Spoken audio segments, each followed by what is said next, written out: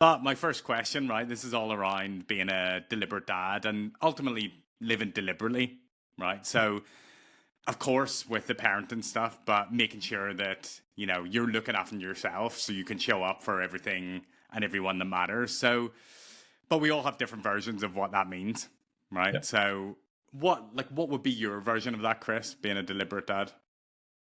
Well, my version is firstly, I don't think fatherhood is what I expected it to be.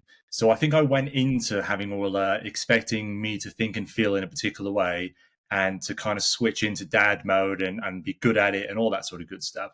But actually, what I realized pretty early on is the only way I can be good for me, the only way I can be good as a dad is if I'm good for Chris.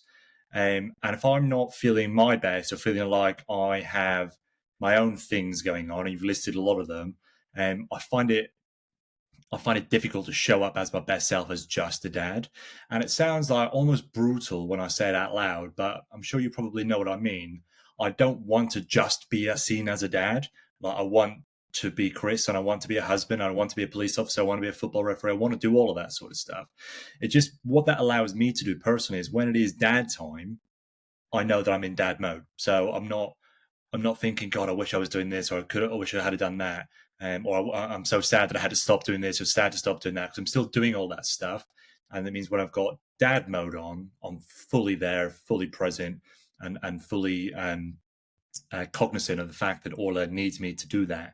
And but when I go and do my stuff for Chris, I'm fully invested in that as well. And so that allows me, yeah, showing up as my best self means I have to do things that allow me to be my best self, and that is stuff that isn't just being a dad. Yeah, totally. I love that. And it's funny though, like I feel like that isn't the norm, right? Or the perception that that isn't the norm. And it's interesting you even said it, that it sounds a bit brutal saying it out loud, but logically, when you list all of those things, it makes total sense, right? I know, but we just don't talk about it, because it possibly for fear of sounding really quite quite cutthroat.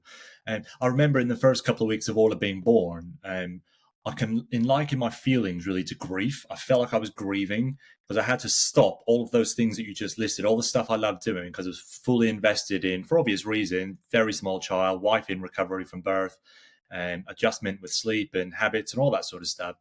But I really missed doing the stuff that I liked doing. And as a result of that, my mental health suffered. And on top of the tiredness, on top of the not knowing what I'm doing, on top of the feeling like you're not a great husband anymore, all that sort of stuff,